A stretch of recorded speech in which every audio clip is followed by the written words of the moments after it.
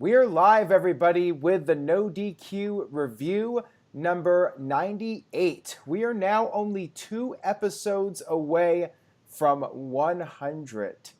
Let me introduce our panel. Well, let me introduce the moderator who will introduce the panel. Virtue, you've been doing this for a very long time. We're almost at 100. How you feeling? Good. And I've been on pretty much every episode, or somebody that represented me was on an episode. So here we are, the No DQ review number 98. And I am Virtue, being joined by the elite panel of No DQ. This time around, it's Aaron Rift, as always. Big G and his camera problems, feeling a little blue tonight. And of course, welcoming back Robbie Weiss. And that's who I'm going to start with. Robbie Weiss, what's up, man? Macho man in the house. I know, man. I was looking for some cool background, and I found this. And I want to put someone else over here, like Aaron was saying earlier, so I can just kind of be hanging out with some legends. But it's good, man. It's good to be back. I did take a break from watching wrestling for a while, but I would say the last 2 weeks I have watched every AEW, NXT, and I'm watching parts of Raw and SmackDown, but a lot of YouTube, and then just the end of it, because I can't give that product 5 hours a week right now on top of everything else. So that's. Are you sure? You need to 1 week. You got to endure it 1 week. Aaron has to. Okay, I'll do this. But this coming week, then I'll be on the review again next week. I will do the gauntlet of. I will watch every wrestling on next week, including Dark. I will watch it all. That will be my challenge to myself. He knew the topic, so he did his homework. People. All right. Before I go to Big G. Well, welcome back, Robbie. Aaron, you had your finger up a minute ago. Are you going to drill Big G right now for his camera? What did you have to say? Well, we could say he is the new Blue Meanie, or we could start calling him Big Blue Baller G, whatever you guys prefer. That's the way to say. Or maybe the Big Blue Smurf Big G. There's a lot of different usernames we can use for his Twitter handle in the future. But Big G, how's it going? I'm doing pretty good. Enjoying working 6 to 2:30 every morning, or every day, I should say, off weekends, enjoying some of the wrestling, AEW, NXT, Raw and SmackDown. You know how I feel about that. Other than that, I'm ready to go. What do we got first, Virtue? Well, let's kick this off. So are we all in agreement that 2020 has been kind of a weird year, a bad year to some, an awful year, just very strange, right? Can we all agree to that? Yes. Yeah. So 5 months in, we're in the 6th month of the year, and I know it's not quite through the halfway point yet, but I want to go around the panel to kick this show off. Based on all the wrestling we've watched, a lot of it with nobody in attendance, who is your top female and male wrestlers, superstars, whatever you want to say, of the year? I had to actually think really hard about this. Robbie, I'm going to start with you since you're back this week. I hope you got some interesting answers here. I mean, are they the usuals? What do you think? I mean, yeah, obviously, male of the year for me is going to be Marco Stunt. Oh no, that's my shit list. Sorry, no, the best that I've seen, in all seriousness, guys, I know, it's going to be Chris Jericho, and I think Asuka on the WWE side for females, just because after suffering a lot of what some fans would consider burials, she's still relevant, and even though she kind of got it in a kind of a dumb way, she's the champion again, and that has to mean something. And Chris Jericho, I mean, dude, the guy, I feel like he has AEW on his back right now, and he's getting help. I think Brian Cage, I'm really excited to see what happens with that. But man, he has literally dragged that company, and they're starting to pick up steam. But man, the head of that train is Chris Jericho, and I just think he's the best superstar this year. And I like those answers. I really do. Aaron Rift, did you give this some thought? Maybe you already had 2 people in mind. I mean, you cover wrestling every day. Well, I think for WWE, I would have to go with Drew McIntyre because he won the Royal Rumble, eliminated Brock Lesnar. He's been red hot. He beat Brock Lesnar, dominated Brock Lesnar at WrestleMania. It sucks about everything that has gone down as far as COVID-19. I think Drew would have been even bigger if he had a crowd to win the title and come out on Raw and celebrate with that Raw after WrestleMania crowd. Imagine that. Imagine the reaction. He would have gotten this Hulk Hogan level reaction, I think, coming out there. The fans, they love Drew McIntyre. They've been with him for years. It would have been a really cool moment. But he's doing great. Asuka, I would say, for the women. I was going to say Becky, but now that Becky's gone, I think Asuka has really stepped up to the plate, especially during the COVID era. We've really seen Asuka shining like never before. Like she's shown this whole new level of personality and charisma, and she's been entertaining. She's been putting smiles on people's faces. And as far as AEW goes, it's a toss-up for me between Chris Jericho and Jon Moxley. Moxley, of course, winning the title from Jericho. But Jericho's been consistent in how much he's entertained people. I mean, the guy made a fun segment out of him talking to a drone. To me, that's gold. How many people can pull that off? Not many. Chris Jericho has to be one of those people.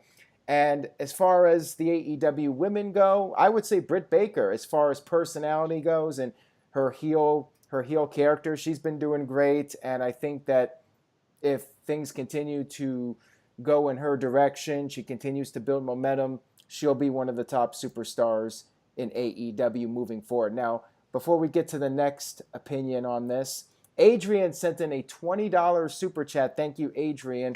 He says, evening men, $10 for me, $5 for Robbie Vice and Big G, and then Virtue can kiss his ass. Wow. Yes. Now, wait a minute. For the fact that he did that and put me at the $0 mark means I'm doing my job. Oh, there you go. Josh Mansfield sent in a $10 super chat. Thank you, Josh. He says, all for my man, Virtue. Wow, there you go. So $10 for Virtue. Says, it is a goal of mine to maybe one day tag in the ring with him. Hashtag Virtue's Army. Hashtag Captain in the Virtue Army. Well, there you go, Josh. Doing one for Virtue there. Well, Aaron, I like your picks. Of course, you had to pick multiples, but I get it. Big G, are you going to say Shayna Baszler? I mean, granted, she did win. No, she didn't win the Royal Rumble. No. Did she? No, she should have. Charlotte did. But I'm interested. I did. I mean, I thought about Drew. I like Drew. You know, Aaron. Pretty much what Aaron and Robbie said were pretty much my choices. But I also think Charlotte's having a great year as well. You know, she did win the Royal Rumble. She did beat Rhea at WrestleMania. And she's doing, you know, she's Ric Flair's daughter. She's doing what she does best. Male side, if I had to pick somebody else besides McIntyre and Jericho or Moxley, I mean, he's only been in AEW a couple of months, but I'm going to go with Matt Hardy. I've always liked Matt Hardy. You know, he's doing excellent things in AEW right now. You know, he has his broken Matt Hardy. He's got the different versions of Matt Hardy. It's bringing me back to my childhood when I see all that, you know, version 1 and whatnot. Other than that, you know, Drew McIntyre would have to be my number 1 pick. So interesting. Now, here we go. People are like, who? Roman Reigns? No. Okay. I have an honorable mention. I really wanted to pick this person because of how they've been booked. Adam Cole. Okay. But he didn't make the cut. But I actually picked 2 NXT people here because I'm all about character development. And for years, this one guy in particular was just all about wrestling, his matches, false finishes. How high of a rating can Dave Meltzer give them? The character development these two have went through, it just sucks it's during a pandemic. But Johnny Gargano for the male and his wife Candice LeRae are, to me, the shining wrestling star so far in 2020 because I like to see levels. I like to see depth. I'm intrigued with their matches, whether they're 6-woman tag matches or whoever they put up against Gargano. I like this. And to be honest with you, who's Gargano facing? Keith Lee? Yeah. Big time match this weekend. So I wonder what the NoDQ Galaxy thinks, and I'm sure Aaron will let us know what they say, but Gargano and Candice LeRae, and I thought about that long and hard, even over Chris Jericho. Yes, Aaron. Keith Johnson just sent in a $5 super chat. Thank you for that, Keith. He says, AEW has a multiple amount of big guys at the top pushed the same exact way as dominant killers Archer, Brian Cage, Brody Lee, Wardlow, and so forth. I agree on that, and hopefully one of them can break out of the pack and become a top-tier guy in AEW. Psycho Jet Black sent in a $2 super chat. Thank you for that. He says, Bart Gunn versus Rift Aronson would be a 5-star match. Well, of course, because Bart Gunn's in it. He would be the star of the show. He would mop the floor with Rift Aronson. 20-second squash knockout. Yeah, I could say that because Rift Aronson's in Oregon. He's not coming after me anymore. Hopefully. Okay. So we had to get that out of the way, and we'll see what happens, right? Aaron, you do the year-end results or awards every year, right, for NoDQ? So Yeah, it'll be an interesting year has this any year. one of us ever gotten anything free from the WWE Network? I have been on there since the day one. I've never got anything free, even though they promote free months if you sign up, this and that. And yes, I know you can cancel a subscription, make a new email address, and go get your free month and all that. I don't want to go through all of that. Now there's a free tier. Okay, and I know it doesn't have everything, but I feel like this is their way of slowly integrating tiers. And so at some point, I feel the $9.99 will not include everything. Something will be pulled, like WrestleMania, like the biggest events. I just want to know everybody's take on this. Like, why now, Robbie Vice? Why now is this free version? Is business that bad? Are they really trying to get through this pandemic by, hey, pulling people in with that and then seeing if they can get hooked to pay for whatever the next level? Yeah, I mean, I think that's exactly what it is. This is a win-win situation for WWE from a business standpoint, because what do they have to lose? Like you said, people are making email accounts and getting the network for free anyway. But if they can get people starting to see it, like let's say someone like me, let's say I didn't watch wrestling for 10 years, and all of a sudden I'm stuck at home with my kids. You know, I have just lots of shit going on, and I just need some entertainment. I've watched Netflix and everything else for hours and hours. You know what? I heard the WWE is doing a free trial on the network. I'm going to give that a shot. There's probably a good chance if I get sucked into it, I'm going to start paying for it again. Now, does this lead to tiers? Yeah, absolutely. I think it will. I think you're going to see the big four pay-per-views probably go up in price or buy them through the network as like an add-on or something like that. And I don't have a problem with that. I think the years that I've gotten all these pay-per-views for $10 a month, whatever the next, if it's $18 a month and I still get the same thing, I still feel there's value in that, because I was paying $40, $50 a month for these pay-per-views, 10, 12 years ago. So, Yeah. And I see by them doing the free stuff and giving you so much for the free tier, that's how they're going to justify bumping up some of these bigger pay-per-views to a higher tier, saying, well, you can get the free tier and we're going to actually give you some takeovers and some this and that. I think it's the mind manipulation. Like Netflix did something way back and people got mad. And guess what? Netflix is still doing really good, right? Millions and millions and maybe a billion subscribers. I don't know. Big G, what do you think here? Are you going to cancel everything just to have the free subscription? I know you have to watch it, so I know you're I mean, I like everybody else pretty much in here. I've had it since day one back in 2014.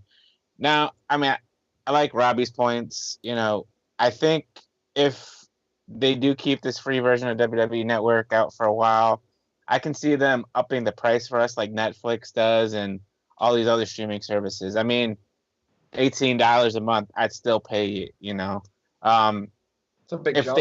If they took it off, like the big four, and put it on whatever, like ESPN or whatever, okay, I might still keep it.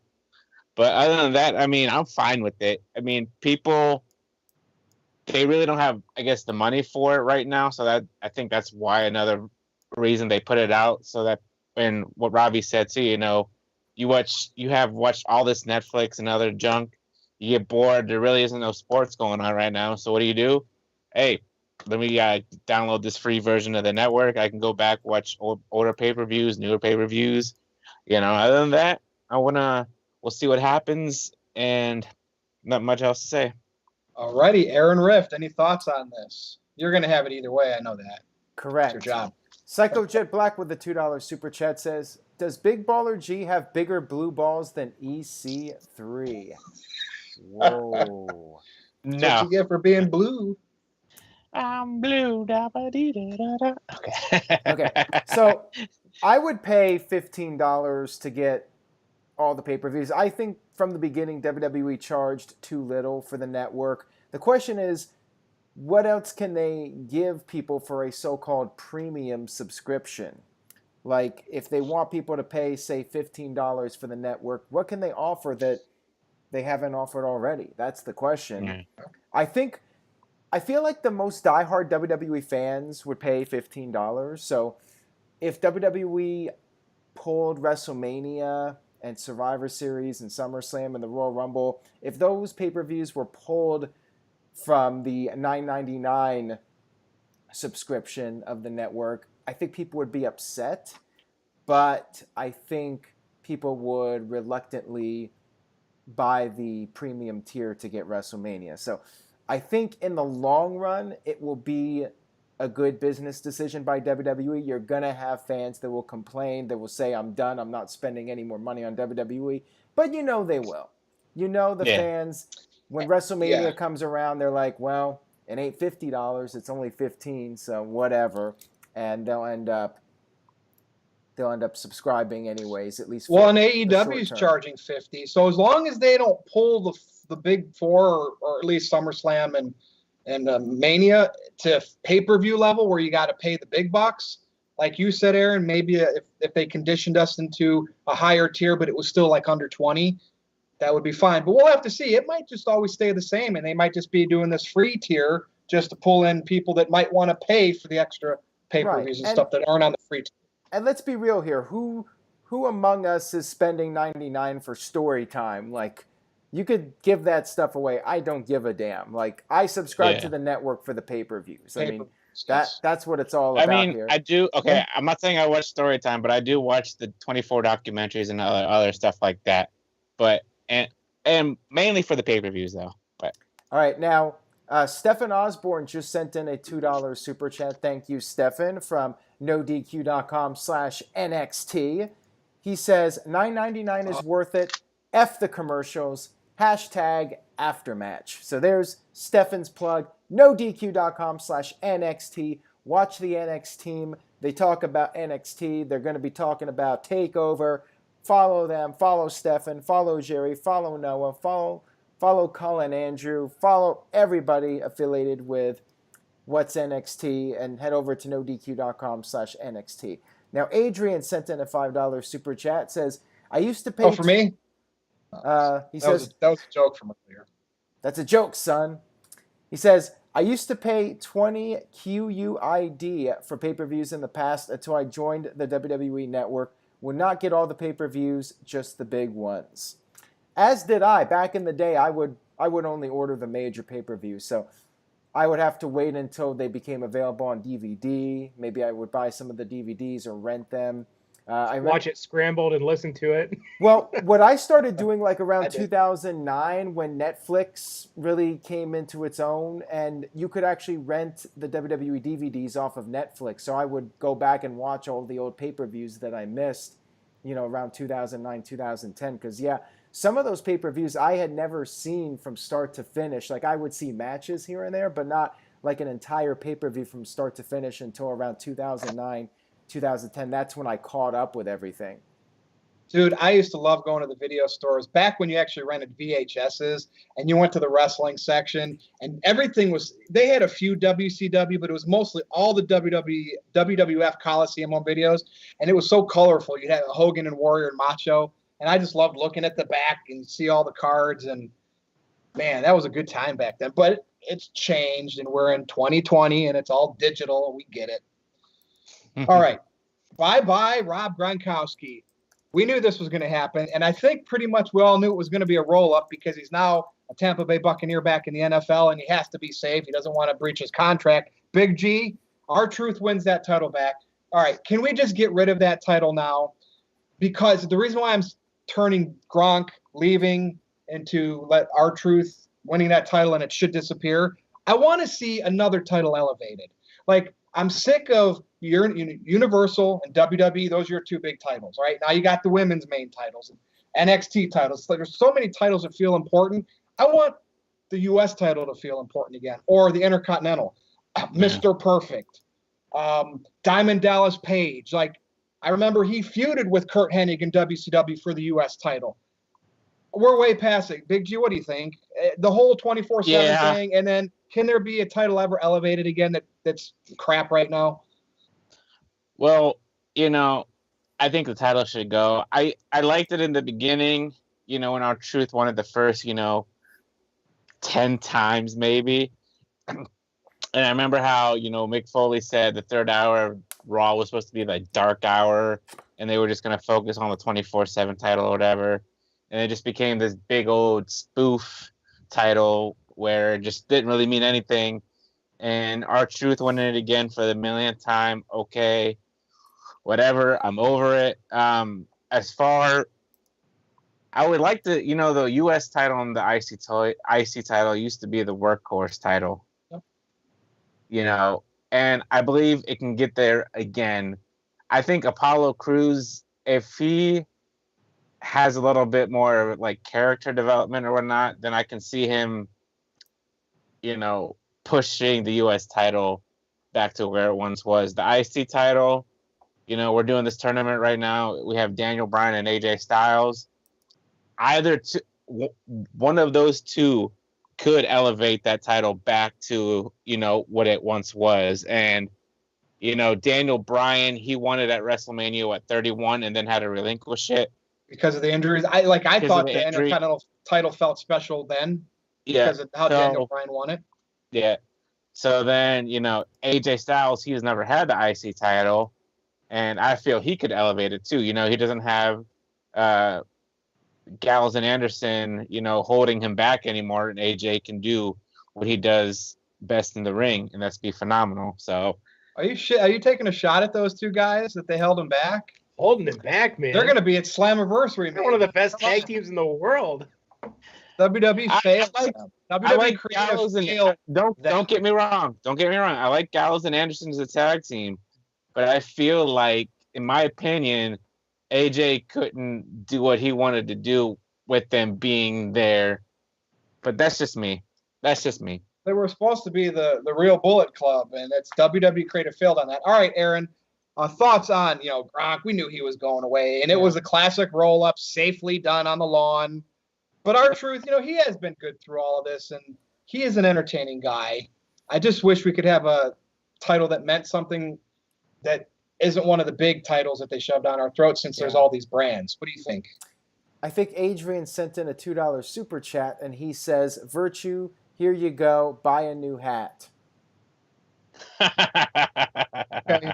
I'm going to wear my ball cap soon. It's getting hot. And Josh Mansfield with the $2 super chat says, give the Universal title a new look. Well, that's a different topic. We're here to talk about the 24/7, 7-Eleven, hardcore I-95 European Championship of the World, which I think should have been put to pasture a long time ago.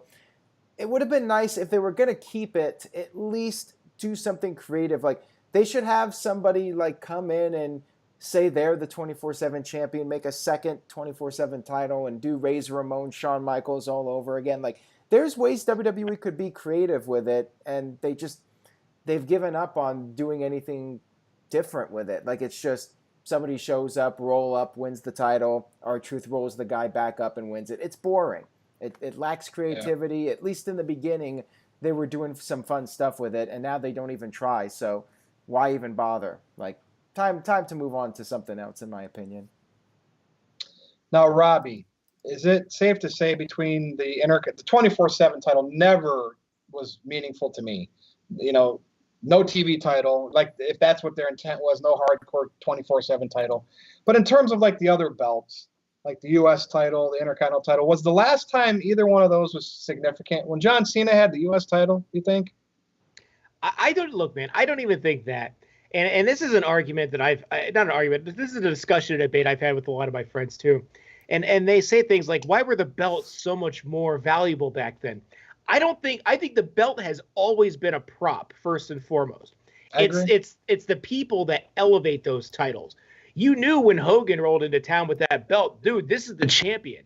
When Jinder Mahal, all due respect to him, I never got, and how unfair is that to compare Jinder to Hulk Hogan's run? But, back then we had champions that believed they were champions. They acted like champions. Even when I see Drew McIntyre up there, and I think Drew's come such a long way, I don't just get that world champ vibe from him. I don't. And that's not necessarily his fault. That could be the way he's written, the way he's just kind of inconsistently super serious and then carefree. I just think there's a lot of messages, but I think it comes down to talent individually. They just need to all step up across the board, act like their prop is serious, act like they actually want to have it, instead of just having the Universal title, which is belt 1, and then you have the World Championship, which is 2, and then everything else just falls in line as a prop that it gets hot potato between people that Vince decides to push for the week. So unless that's changes. True.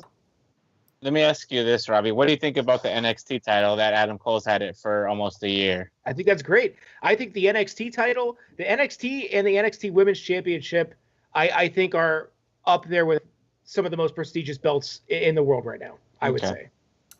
The game is on 100 sent in a $5 super chat. Thank you for that. He says, the way I see it is to get rid of the 24/7 title is to throw it in a river from a person who doesn't give a damn. Have The Rock win and just toss it in the ocean. In the ocean. Ooh, that's loud. Those guys with the lawnmowers are coming over here. How thoughtful. Matt Hardy. All right.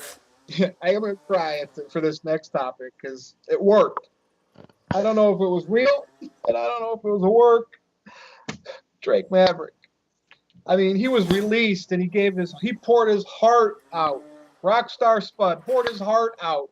And as a wrestler, I hate it, when they open up their real emotions, and maybe that was really him. The old school wrestling fan of me wants to say he worked you all, WWE worked you all.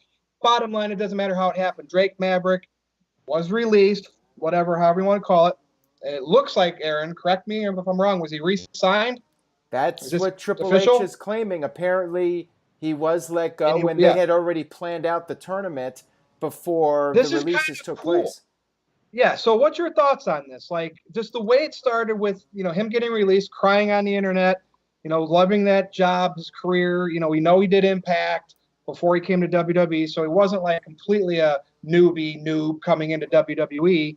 And how this ended with that contract thing. Like, to me, it's kind of a wrestling story. Like, when you don't really get anything like that these days. What's your thoughts on the whole thing that happened with Drake Maverick? And could they bring some of these other people back at a fraction of, according to reports, of what their previous contract were? I thought that was nuts, but what's your thoughts here? Well, that's the rumor right now, that we might see more released WWE stars coming back, which is funny that comes out right after Impact Wrestling airs a video teasing several of those released stars maybe showing up at the pay-per-view. I thought that was pretty funny. Now, I feel strange about it because on one hand, I'm not really a fan of doing a storyline where the guy was fired for real and you're going to do this storyline. Like, it doesn't even make sense to me, but I in a way, I was very intrigued by it, and I think Drake did such a great job with his character here and just making the most of the situation. The video he did on Twitter, which blew up and led to this whole storyline happening. I think he's done a great job, and I think the storyline overall was well done, even though it feels weird the way it played out and knowing what happened in real life with all the releases. So some mixed feelings, but I think it's great for Drake Maverick. I'm glad that they're doing something with him, and hopefully he won't just get lost in the shuffle again. They'll keep using him, and this will be the beginning of bigger things for him. Psycho Jet Black left a $2 super chat, says, Heath Slater did the unsigned gimmick better. I don't even remember that, to be honest with you, Psycho. And Adrian with a $2 super chat says, the Drake storyline was done in bad taste, in my opinion. So Adrian was not a fan of it. So, well, I definitely like it more now. There you go. Robbie, first of all, I want your comments here on Drake Maverick. Excellent worker. God, he really impressed me during this whole thing, whether it was real or not. If any job fires you or furloughs you, and then, hey, you can come back to work, but for 60% of what you made before. Like, these, and they're rumors, right? Especially from the source they're coming from, big time. Yeah. What's your thoughts on all of this? Well, actually, I had in my notes from watching it, I wrote, Drake Maverick is crying after seeing his new salary compared to what he was making before. But I don't know. I think it was a real thing, and I think that he got it. So look, this is what I think happened. He most likely got let go with everyone else, and he was probably one of those hard decisions where they were like, well, we don't really want to get rid of him, but whatever. And then he makes this video, gets a lot of support, and they're like, well, we were on the fence anyway. Obviously, has fan support. He's loyal, blah, blah, blah. So they bring him back, cut his salary by 40%, whatever. And now he's just going to work for pennies. But he has a job, and he gets to do what he loves. So I don't know. He's probably making more than when he was in Impact. So Still, I mean, yeah, for sure. I mean, this guy is still making most likely six figures. I think he'll be okay. Big G, what do you think here? Yeah. I'm interested to hear your opinion here. You know, You you're mean kind of big blue, baller, like, G? you're kind of blue and sad, like Drake Maverick was when he The got blue released. baller? Blue baller G. You know, I was kind of like, after the match happened, I was thinking, I was like, I have a feeling Triple H is going to come out, because they did the same exact thing with Cedric Alexander back in the Cruiserweight Classic. You know, the fans, or now that we have the talent on the TV, you know, they were cheering for him and whatnot, and I kind of like felt it, and I was like, you know what, I think Drake deserves it. He's an excellent character. I like how, I don't know if this is a work or if it was real, but I think it was all real. You know, I'm just glad he's there. He's got a job. He doesn't have to stay at home. You know, if the other people want to come back to WWE for like half of what they were making before, or a fraction of what they were making before, that's good on them. You know, if they want to go to a different company, that's good on them too. Well, and I never felt bad for Drake either way, fired or working, because No. he's got a hot wife. So, well, who next I've met topic. in person, by the way. What's that? I said who I've met in person, by the way. What are you implying, AEW Big and G? WWE. Robbie, I'm going to start with you on this topic. AEW and WWE, and how I know this has bothered you since the pandemic started and they can't have fans. And Right. we want fans back, right? But Yeah. AEW started putting the talent out there first, right? And they were at least doing like their gimmicks and stuff, not necessarily looking like marks. Now, NXT's having the developmental kids out there, which we don't know of yet, so you can consider them fans. But that kind of sucks for them, because what if they want to become like The Rock's daughter? Like, you throwing them out there to be marks, to play the role of a mark, and then what if you want to become a big star one day? So I'm kind of mixed about that. I think you can get random other people to stand out there. But more importantly, oh man, it just has to be these excruciating conditions, having to stand in an air-conditioned building waiting for matches to be taped. Dude, you're living your dream and you have a shot to make it in the wrestling business. I don't feel sorry for them one bit. But what's your take? Well, to that, Mr. Virtue. Yes. They were reportedly there from 7 a.m. and they didn't even start recording some of those takeovers till after midnight. So that's a long day. I would bitch about that, dude. If I had to stay an extra 40 minutes at my office, I would bitch. So, yeah, I don't know, man. I don't really. No comment. I don't really have a comment. Like, what's the question? Repeat the question. Give me a direct question. Well, just what's your thoughts of how they've handled their small crowds of talent being out there? And AEW, it's the stars playing their gimmick. AEW did better. Okay, WWE definitely copied what they were doing, which is fine. And NXT went to this weird hockey rink style where they just plexiglass the fans off, which I guess get checked up against the glass like in hockey yet? I don't think so, but that could be a cool spot, especially in the camera in the booth. But no, I think AEW definitely handled it better. I liked it. Jungle Boy getting in MJF's face during his match, MJF like staying in full character. I think it adds a lot. AEW definitely feels more organic. It felt less like Vince was sitting back there screaming at them all day and then they had to go out and pretend they're happy. At least they all seem like they want to be there. Yeah, I miss the fans being there. Everyone needs to be safe. AEW is doing it the best. And I don't have a problem with anything in that regard, really. I think both shows are a lot more watchable now with at least some kind of noise in the audience. Big G, what do you think here? I'm fine with it. You know, at first, when we didn't have any kind of crowd, I was like, eh. But now, you know, like Robbie said, AEW started it first. And I like how you got the faces on one side and the heels on the other side. And everybody's pretty much staying in character and whatnot and sort of getting involved in the matches. WWE, okay, it took them almost, 2 months later to finally get their stuff together and say, hey, let's just put some plexiglass and have everybody stand 6 feet apart. And like Virtue said, there's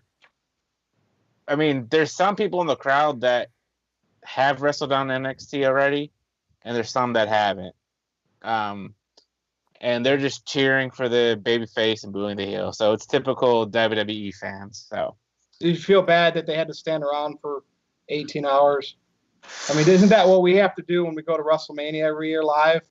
Well, I mean, if they're getting paid to stand 18 hours a day, is everyone suck it a up. developmental on contract to get paid, even if they're not even at the NXT portion of it yet?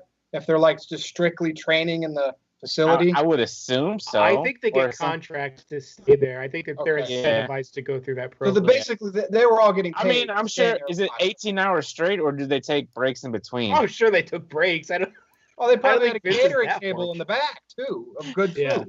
Yeah. So I'm just glad, like Robbie said, there's some noise in the crowd now. It kind of feels like normal, but I think Florida will be the first state to actually have fans back in the stadium. So hopefully everything will go back to normal one day, and we'll have the typical WWE fans and then your hardcore AEW fans.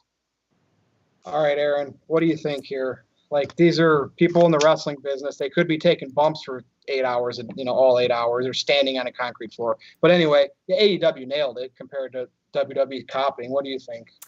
Well, first of all, we do have a super chat here from Psycho Jet Black. He says, Virtue has a bigger manhood than Jackson Riker. What do you think about that? God. I don't know what he's talking about. Don't care what he's talking about. Fair enough. So He donated to you. That's That's all that matters. the Performance Center fans, I like them, but I do feel that AEW has done a better job overall. I feel like the AEW wrestlers come off a little bit more authentic, like it's their own reactions.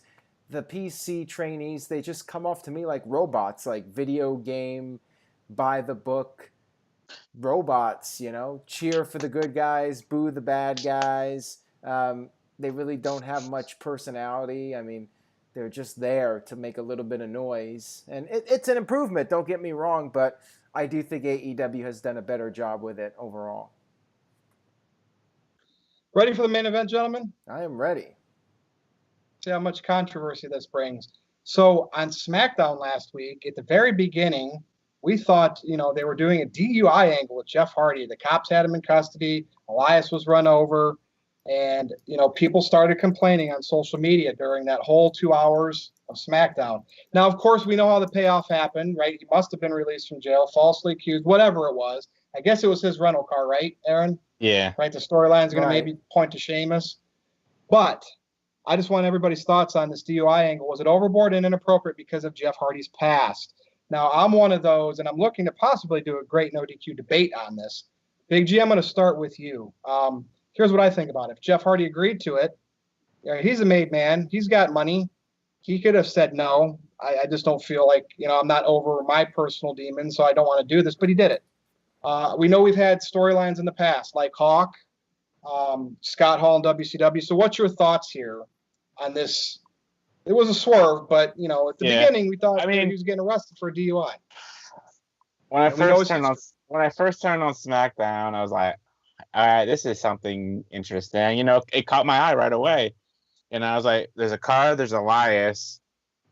And then when the cop said, who's Jeff Hardy? I was like, interesting. So they went this direction. I was like, if Jeff Hardy didn't like it, they would not have done it whatsoever.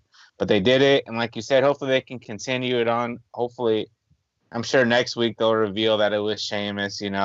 I'm sure the SmackDown hacker has some kind of video package, with Sheamus setting Jeff Hardy up and whatnot, and him being the one running over Elias. It's just weird that how people on social media complain about something that isn't even real. It's a storyline, people. Get over it. Stop your complaining. Get a freaking life. Get out of your mother's basement. It's like they think like Jeff was being forced to do it, like he's not his own man.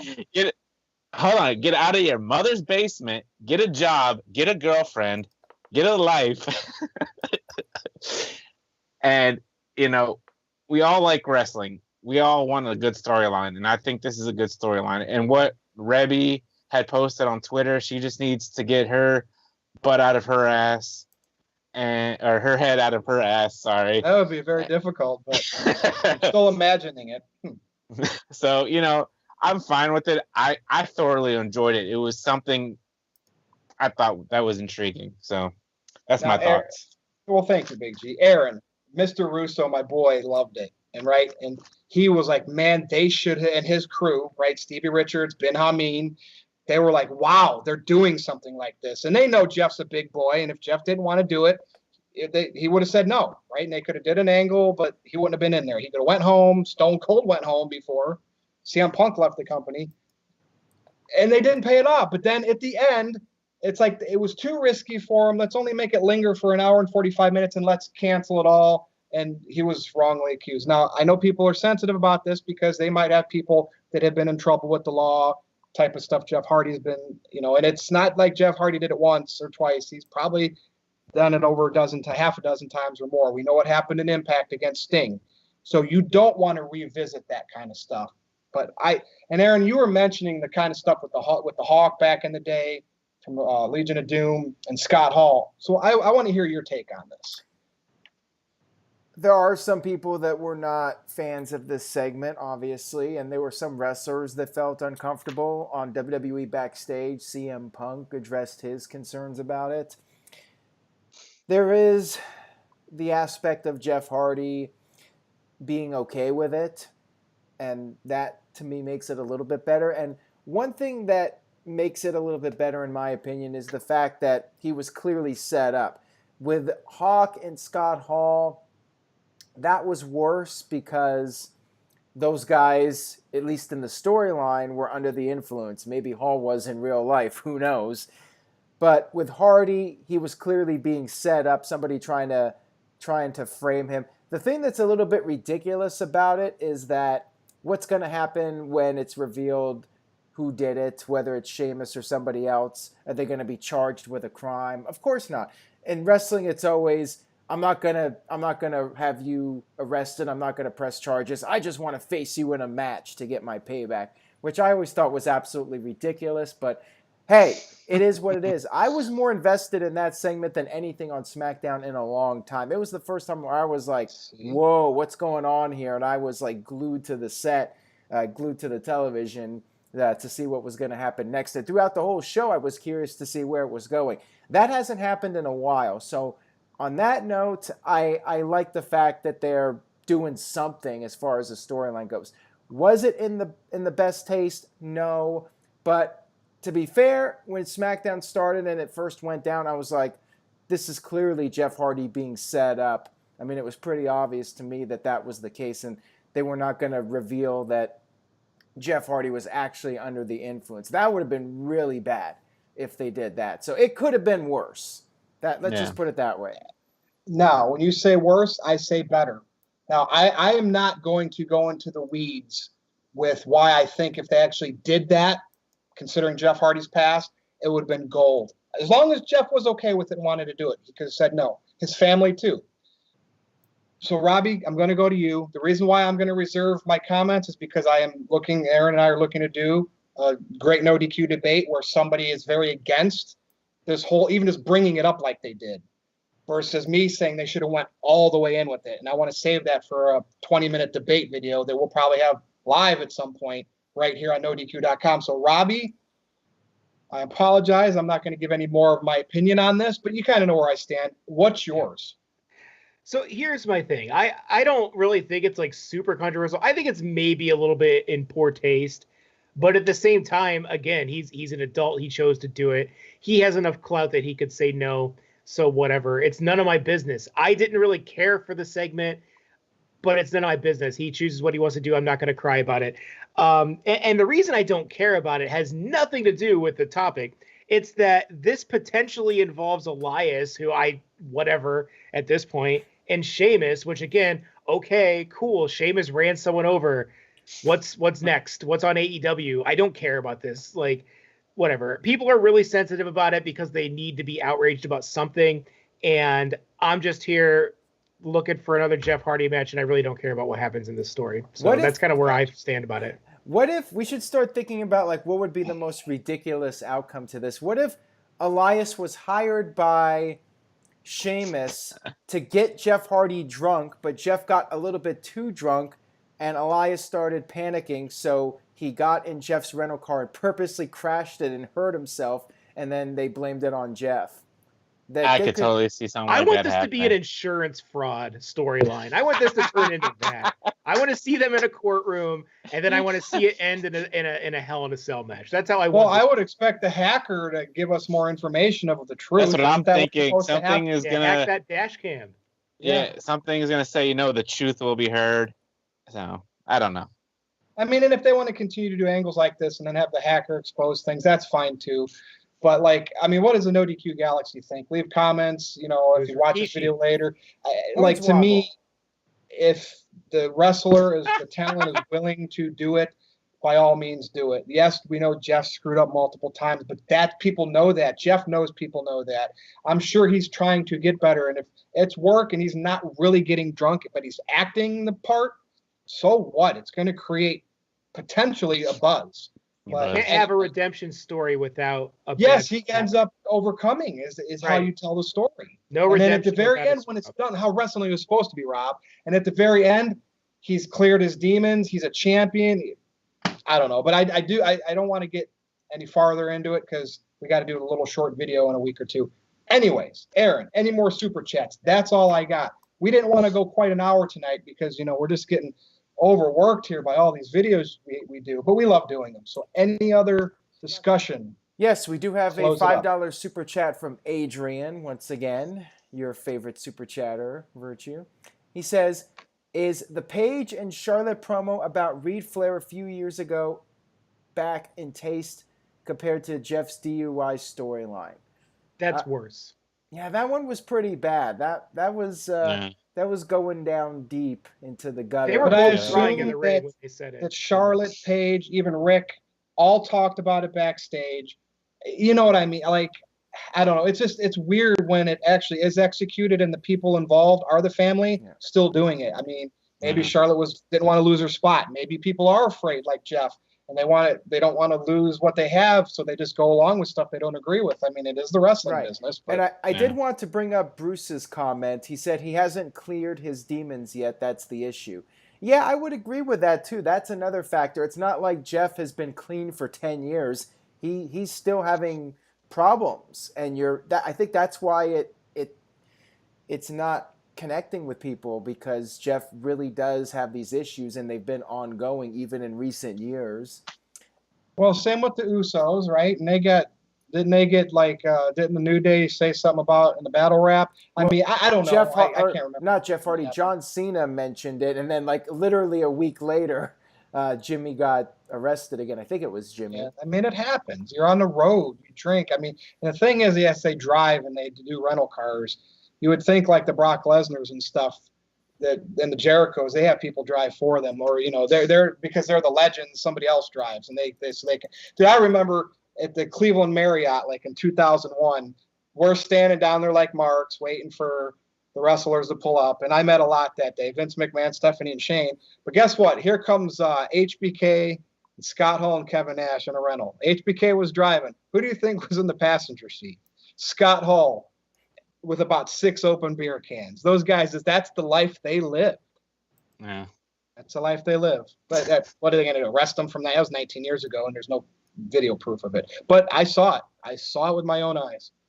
And Scott was but he wasn't driving. Sean was sober. Was sober.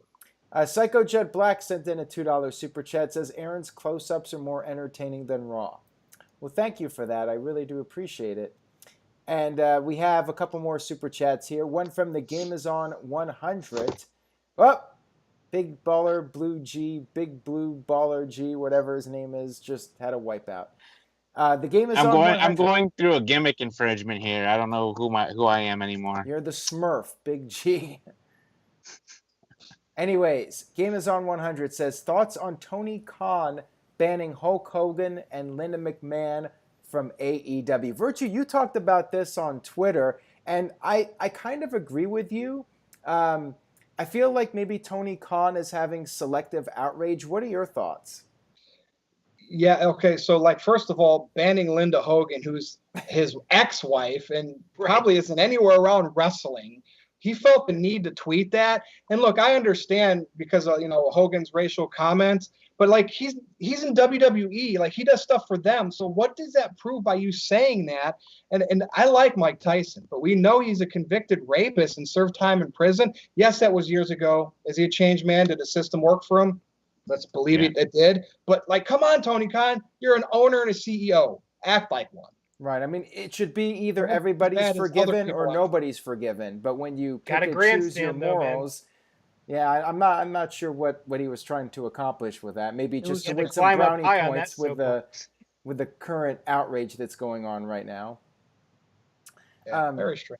Josh Mansfield with a $5 super chat says, "Here's a gift for the No DQ Queen. Cannot wait for NXT TakeOver. Y'all rock. All hail Virtue."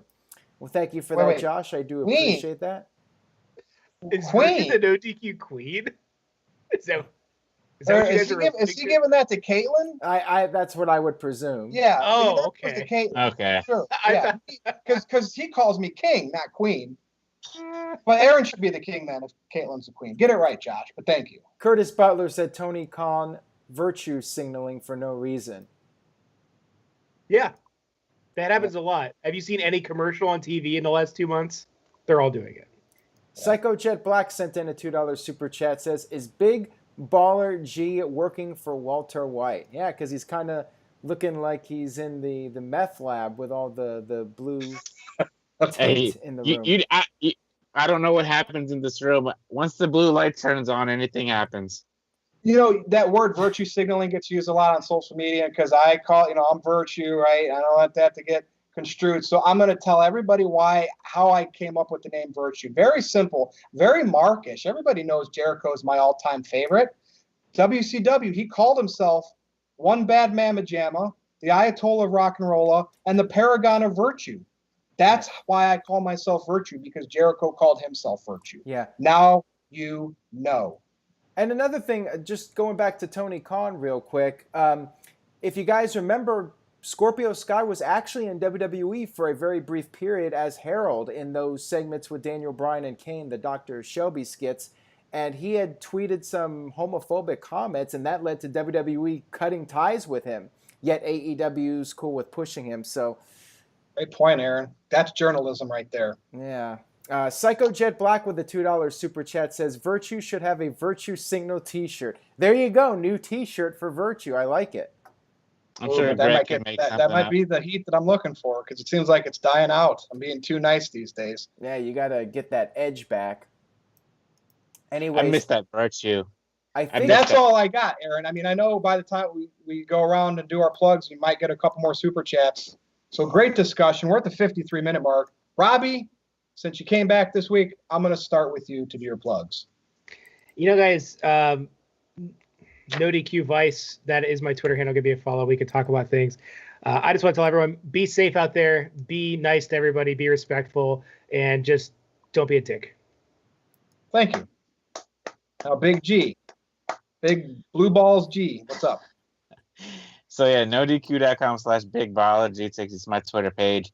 NoDQ_BigBallerG1988 takes you to my Instagram. Jeff Hiltz on Facebook. Check me out there. Other than that, that's it for me. Thank you. And, of course, back to Aaron. And Adrian sent in one more $2 super chat. Says, "Great crack tonight, lads. Good banter with Virtue." Well, not crack, blue meth, if we're talking about Virtue here. We try to entertain you the best we can. I mean, I know you guys might be getting sick of me. After 100, we could shake this up where I can just become a panel member and we can have a new moderator. But, if nobody wants it, I will continue to do it. But, yeah, I don't come on here to piss you people off. I just want to express what's on my mind, just like Robbie Vice does, just like Big G does. And, of course, Aaron does it every day. That's why he likes to do it with us, too. And I actually met Big G, not you, Virtue, as far as the meth goes. Well, I know. I'm straight edge.